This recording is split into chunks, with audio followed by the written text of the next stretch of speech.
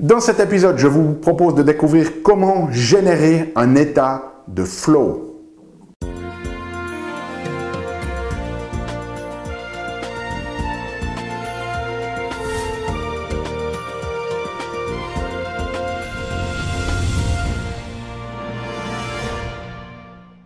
Parce que la vie est bien trop magique pour être petite et que nous avons tous besoin d'une prescription pour grandir en conscience et faire que nos rêves dévorent notre vie. Bonjour, je suis le Dr Yannick Pauly. Bienvenue à un nouvel épisode d'une grande vie où chaque semaine, je vous propose de découvrir des stratégies pratiques pour grandir en conscience, qu'elles soient d'ordre physique, émotionnel, psychologique ou spirituel, parce que c'est cette conscience qui est au cœur d'une vie pleinement vécue et de notre évolution en tant qu'être humain. Alors cette semaine, ce que j'avais envie de faire, c'est de vous parler de l'importance du flow et comment le générer très régulièrement dans votre vie. Alors le flow, c'est quoi? C'est un concept qui a été développé par un psychologue qui s'appelait Mihaly Csikszentmihalyi ou quelque chose comme ça, je m'excuse de mal prononcer son nom. Et donc c'est ce qu'on appelle en français aussi l'expérience optimale. Et nous en avons très certainement tous fait l'expérience dans notre vie, c'est cette espèce d'état d'immersion totale dans ce que l'on fait lorsque nos compétences elles sont finalement à un niveau avec les demandes de l'activité. Donc, c'est cette activité où on se perd dedans, où on perd complètement la notion du temps, on est totalement immergé, on est totalement engagé dans ce qui se passe. Et ça, c'est un état qui est excellent pour nous, physiologiquement. Et donc, l'idée, ce n'est pas d'être dépendant de circonstances, que voilà, de temps en temps, pouf, ça m'arrive, je suis dans le truc, mais je ne sais pas comment faire. L'idée, c'est de pouvoir le générer régulièrement en fonction de nos envies et de notre vouloir. Okay? Alors, tout d'abord, avant de vous montrer une stratégie qui va vraiment vous aider à être dans le flow de plus en plus fréquemment, juste 9 indicateurs qui vous donnent une notion de si vous êtes dans le flow ou pas. Le premier truc qui est très très important, c'est que pour être dans le flow, il y a vraiment un équilibre qui a besoin d'être fait entre l'activité que vous avez, le défi que vous avez et vos capacités. Okay? Si vous faites face à un défi ou un challenge qui est bien au-delà de vos capacités, ça va être très très difficile d'être dans le flow. Vous allez être vraiment dans l'effort et dans la friction. Donc il faut que vos compétences finalement soient en équilibre avec le défi qui est peut-être légèrement au-dessus de vos compétences, mais que ça soit quelque chose que vous puissiez surmonter. Ça, c'est très très important. Okay?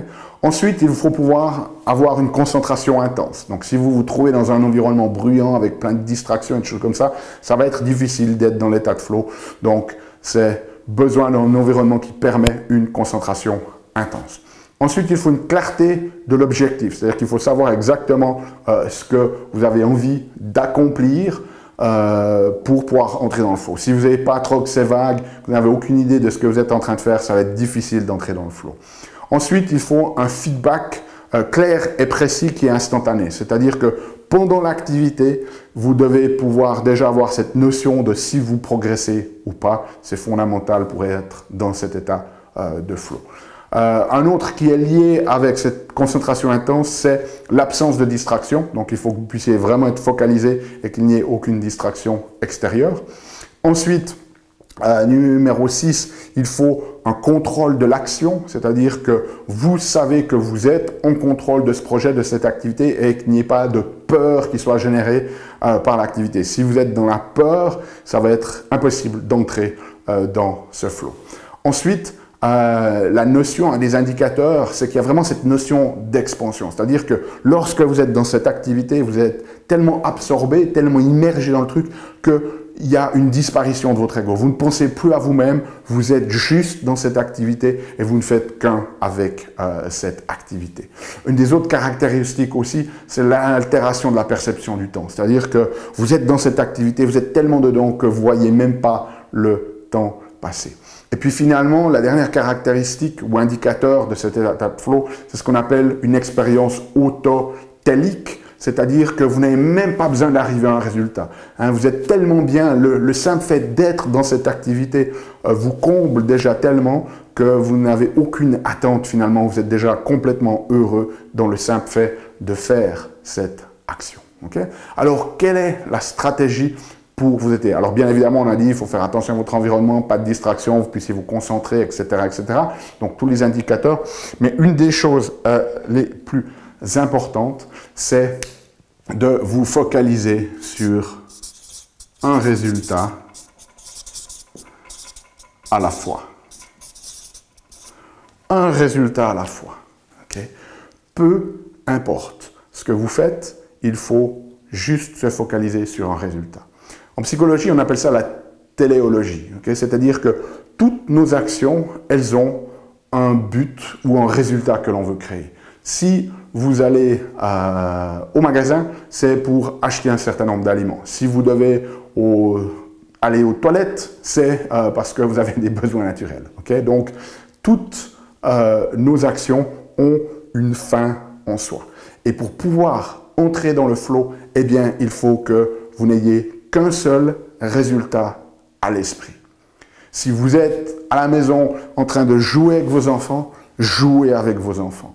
Si vous êtes dans la notion d'être, voilà, je suis à moitié avec mes enfants, mais je suis à moitié en train de regarder Facebook, vous êtes dans le double tâche, dans le multitâche, et ça va vous empêcher d'être dans le moment présent, d'être dans ce résultat. Donc, déterminez le résultat que vous voulez créer sur cette activité. Choisissez une chose et faites-la bien. Je suis en train de faire cette vidéo, il y a d'autres choses que j'ai envie de faire dans la journée, mais là, en ce moment, ici, je suis avec vous dans cette vidéo.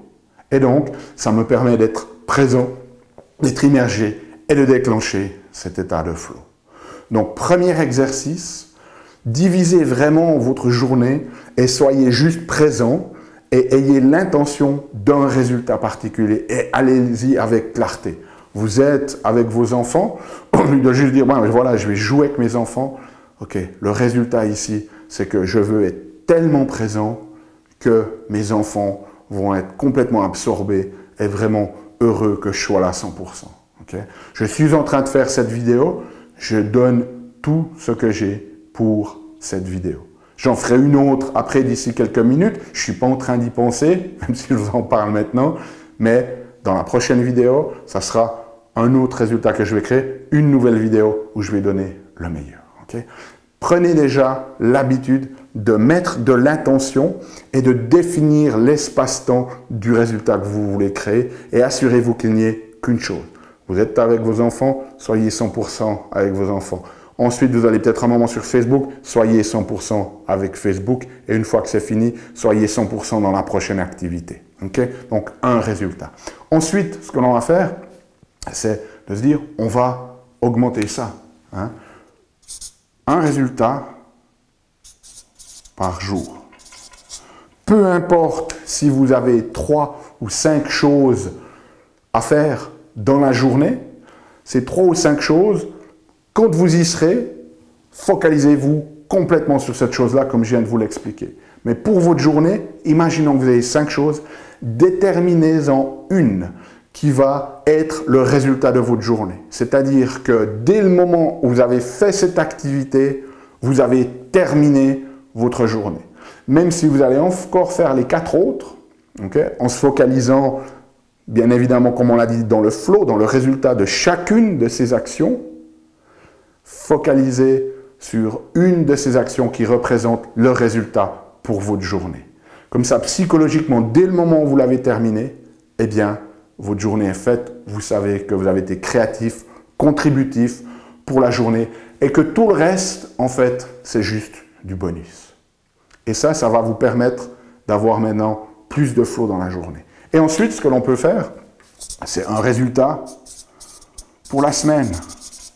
En début de semaine, quel est le résultat que vous aimeriez avoir en fin de semaine qui déterminerait que votre semaine a été une réussite?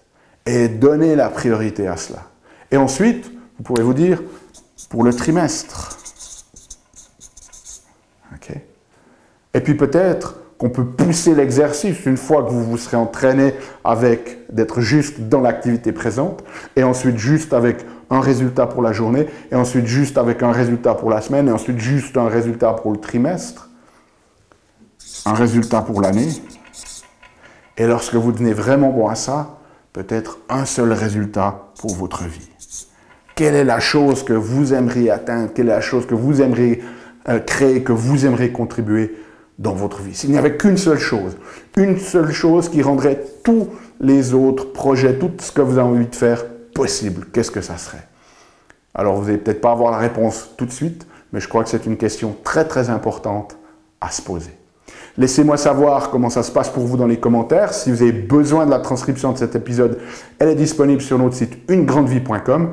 Nous, on se retrouve la semaine prochaine pour un nouvel épisode. D'ici là, souvenez-vous, aimez la vie, émerveillez-vous et contribuez chaque jour un petit peu plus.